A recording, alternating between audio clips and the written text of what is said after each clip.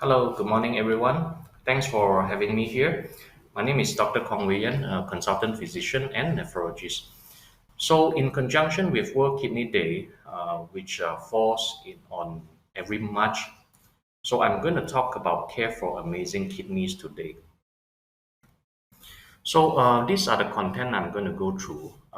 Introduction, I'm going to talk a little bit about structure and function of the kidneys, kidney disease and kidney failure, treatment for kidney disease, treatment for kidney failure, prevention against kidney diseases, and if we have time, I'm going to give you some bonus, which is I'm going to elaborate on some common kidney health myths, and I'm going to give some words of conclusion later.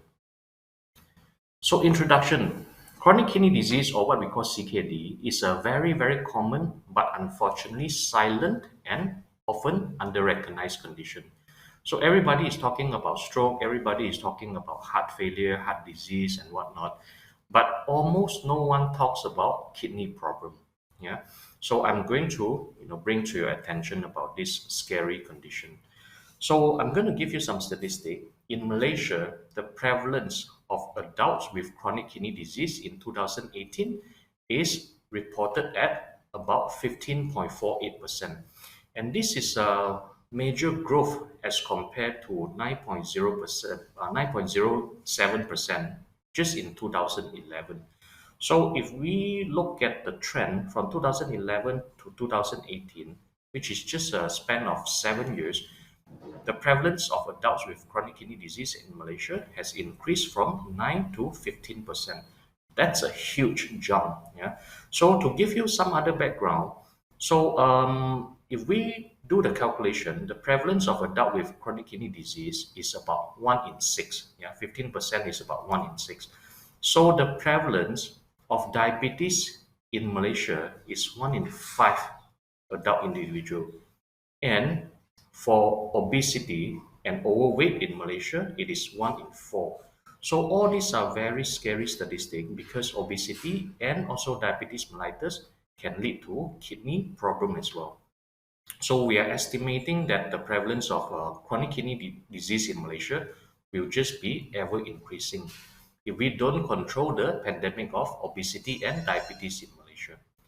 So, to give you another scary statistic, also in 2018, about 44,000 patients are on dialysis, and out of these 40 few thousand, 8,000 of them are new patients. Yeah, so it means that just in a year between 2017 to 2018, there is 8,431 new patients who need to be started on dialysis for their life sustainment. So, 90% of kidney failure cases in Malaysia were caused by diabetes mellitus and hyperpressure, but others are caused by, for example, kidney stone disease, hereditary kidney disease, or kidney inflammation. So, the vast majority of people have misconception about their kidney problems, about their kidneys, basically. So, many people risk their kidney health by relying on medically unproven and unsound advice about what should be done to maintain their kidney function, what we call the myths, lah, basically.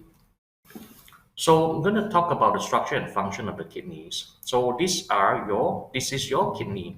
So kidney is actually located very high up. Yeah. So not like what the grandpa or grandma say. They have back pain, they have kidney pain. Yeah. So when they have back pain, usually it's not kidney problem because, like I mentioned, kidney is very high up. It is basically as high up as your rib cage.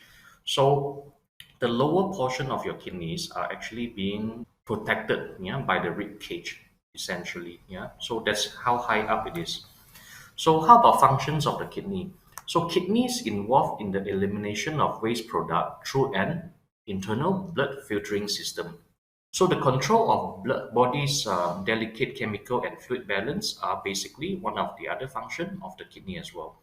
And then the regulation of blood pressure. Many people think that regulation of blood pressure is being done by the heart.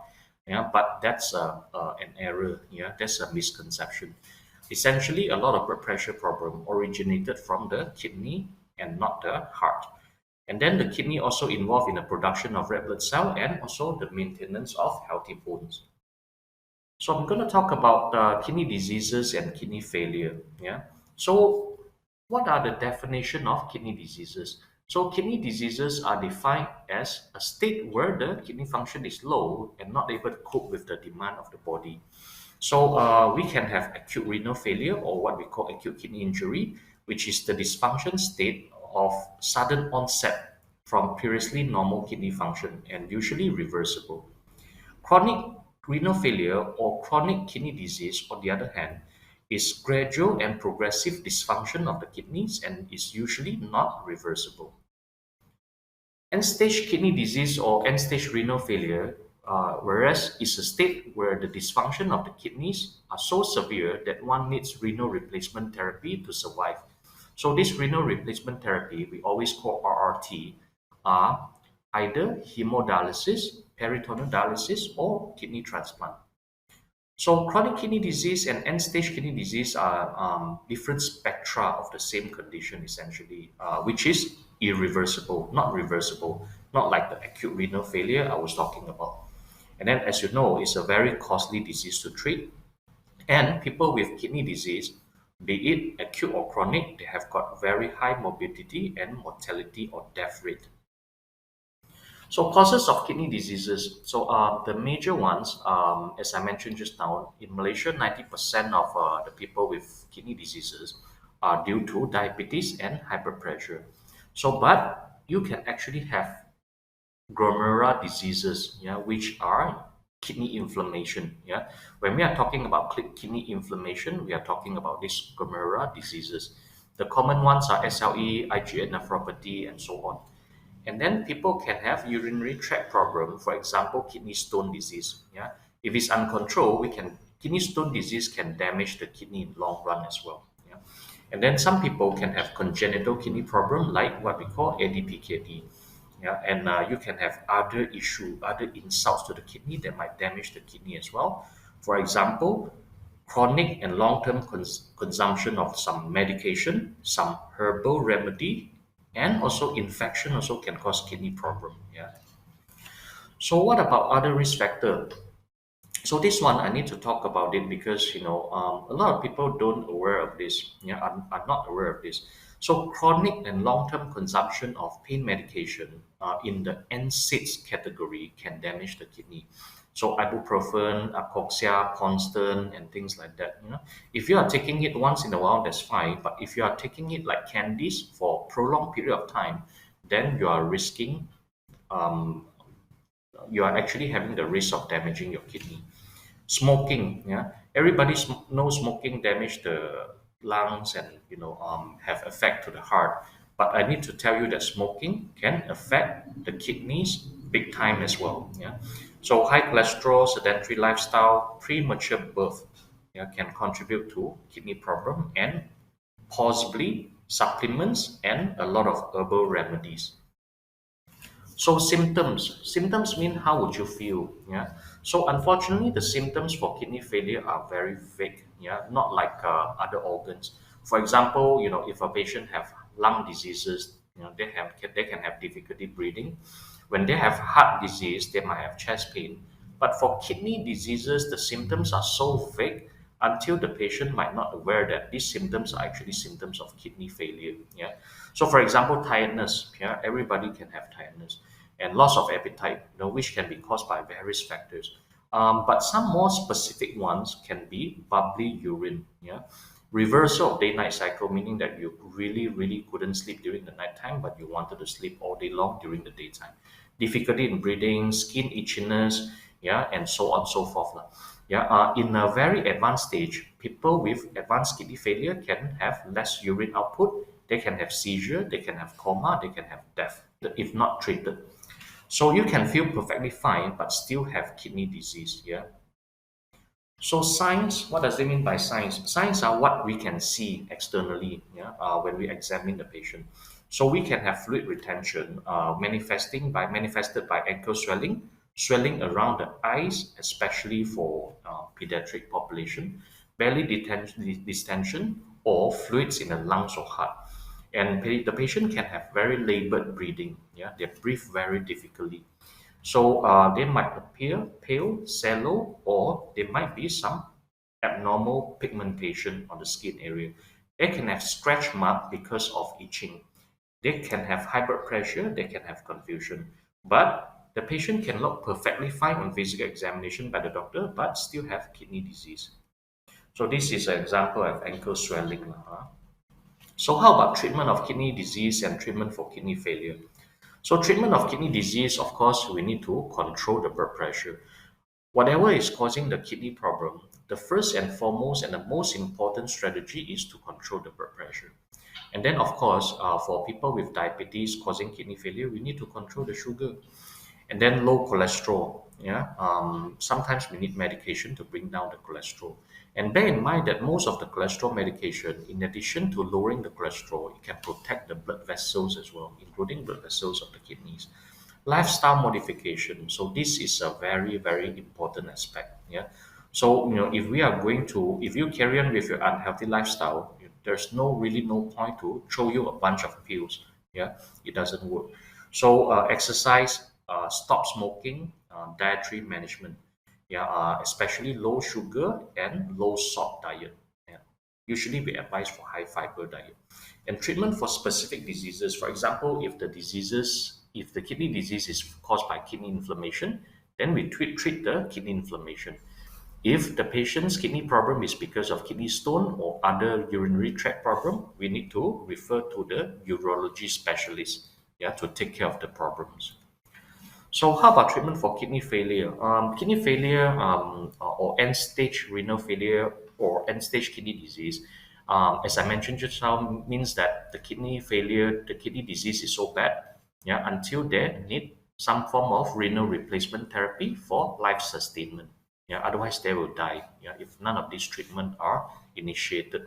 So one of them is hemodialysis. Another one is peritoneal dialysis. Yeah. So this is a example, a photo of a hemodialysis machine with the patient, with the dialysis patient hooked up to it. Yeah. So this is what we call a IJC, internal jugular catheter. So this thing, internal jugular catheter, need to be put into the neck or the groin area if a person need urgent dialysis.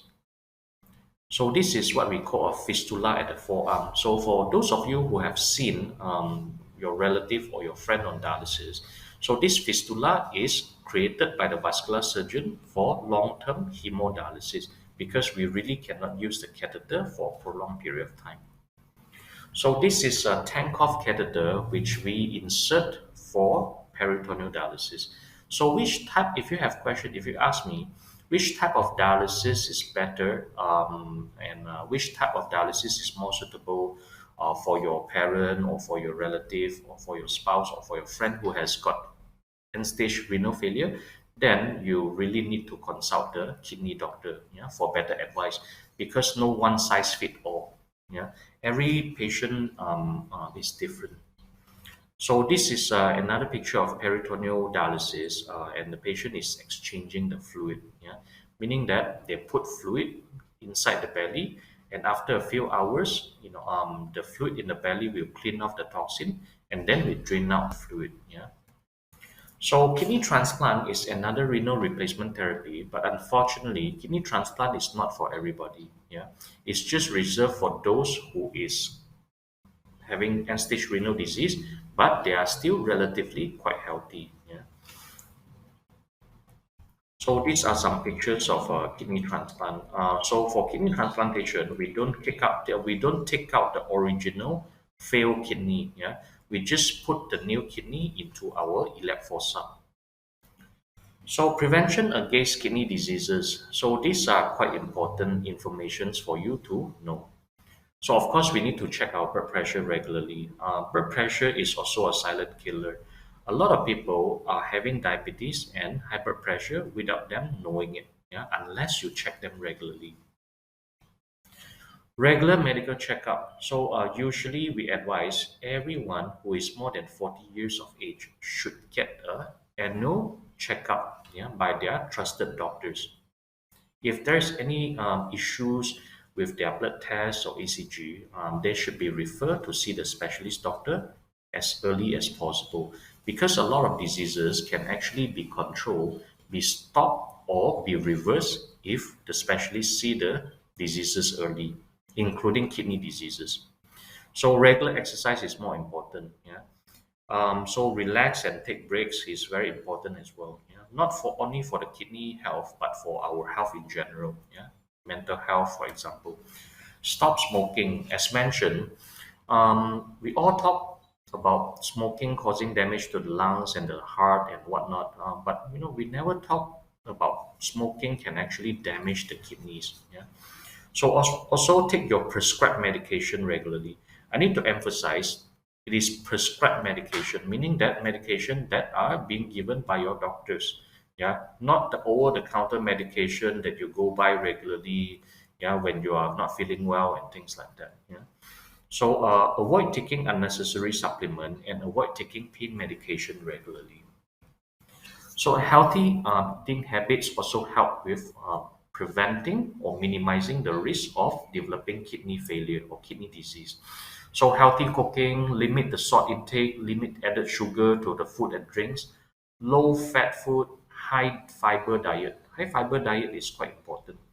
Low protein diet in patients with early stages of kidney diseases. So if you're in doubt, you can talk to your nephrologist or your dietitian. So since we still have some time remain, I'm going to describe a few common kidney health myths. Yeah. So a lot of these are being asked by my patients. Yeah. It just shows that how much misconception our community has in general regarding kidney health. So, common kidney health myths. So, this is myth number one. Yeah. So, some people ask to keep my kidneys healthy, I must drink 8 full glasses of water daily to flush the kidneys. Is that true or false? So, unfortunately, the answer is false. Yeah. So most kidney doctors will recommend drinking enough liquid to quench the thirst, to satisfy the thirst, but there has never been any scientific proof that flushing the kidneys in long term preserve kidney function. And in fact, as the kidneys become diseased, they do not handle fluid well. So many patients with kidney failure are even on restricted fluid intake. Because if they drink more with very bad kidney function, they might have fluid overload, yeah, causing edema, leg swelling, difficulty in breathing because the excessive fluid can get built up in the lungs. So the notable exception to this kidney flushing are patients who have kidney stones, but with still preserved kidney function. So they have already got kidney stone, but their kidney function is still normal. Yes, this kind of patient might be beneficial to drink more water.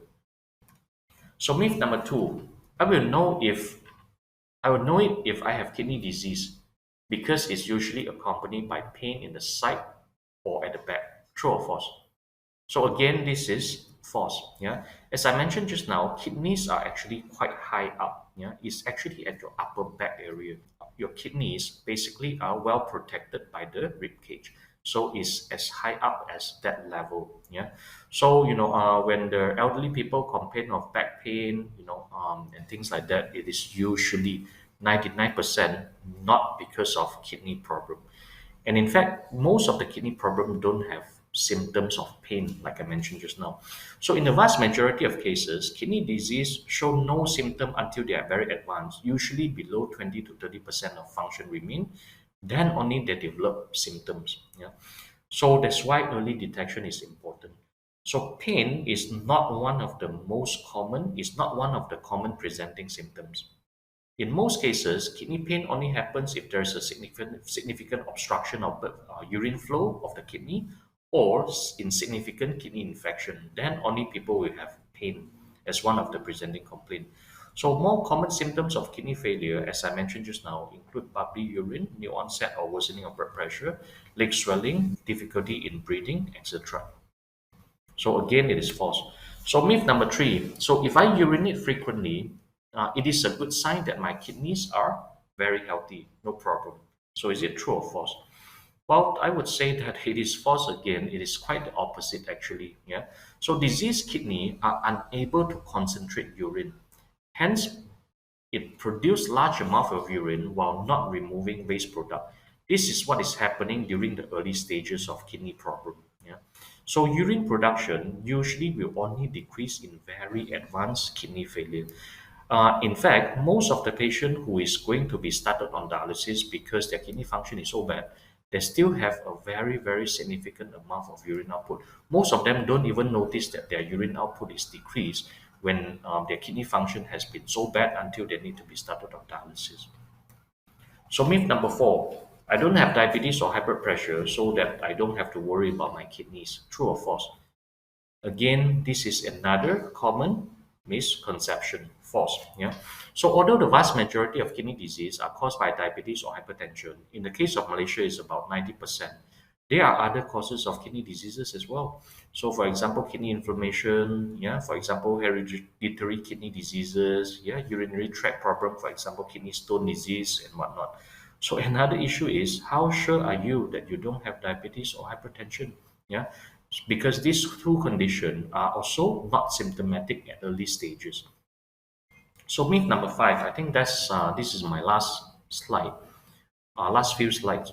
So my dad or mom or uncle or auntie or neighbor, whatever, yeah, had kidney failure requiring dialysis, but after taking a product, he or she did not require dialysis anymore. So it must have been a product that saved his or her kidney function. True or false? I'm quite sure many of you will say true, right? Because there are so many products out there that claim that they can help the kidney functions. So it's 100% false in this case. Yeah. So as I mentioned just now, kidney failure can be acute or chronic. Chronic kidney disease or chronic renal failure basically are because of diabetes, high blood pressure, yeah, hereditary kidney disease, and so on, that causes progressively worsened kidney function that is not reversible. Acute kidney injury or acute renal failure, on the other hand, as I mentioned, are something that happen acutely that damage the kidney function that is usually reversible. So, for example, a lot of patients with very bad infection, sepsis, yeah, for example, COVID-19 can cause very, very bad infection that affect a lot of organs in the body, including the kidneys. So, a significant amount of people with very bad infection, including COVID-19, can develop kidney failure, and then they might need temporary dialysis. But once we treat the original condition that causes the kidney failure in the acute setting, most of the time this acute renal failure will recover. So, for example, another example is heart failure patient or heart attack patient. They get so sick until their kidney fail temporarily. But once we treat the heart failure or heart disease, then the kidneys might recover. Yeah. So these are the explanation for some patient who have been on dialysis for a few times a month or so, and then ended up not needing dialysis. It is not whatever product that saved the kidneys. Yeah. So as I mentioned, AKI can happen as a result of various medical problems, yeah, and might recover after treatment of this underlying condition essentially. So no medication or supplement or product or magic pill that has been shown to be able to recover kidney function in the setting of acute renal failure. CKD, on the other hand, as I mentioned, is a progressive disease. And when it progressed to end-stage renal failure requiring dialysis, the patient would not be able to come off from dialysis anymore. So conclusion, kidney disease and kidney failure are very common and unfortunately is in increasing trend. As I mentioned, in Malaysia, 1 in 6 people have chronic kidney disease. And another scary part is that a lot of these people with kidney disease, they don't even know about this. Yeah. So kidneys are not very forgiving organs. Thus, it is very important to maintain healthy lifestyle and to identify kidney diseases or other risk factor of kidney diseases early in order to get appropriate treatment early. And don't simply believe in health myths or hearsay. Check with your doctors if in doubt. So with that, I thank you for your attention.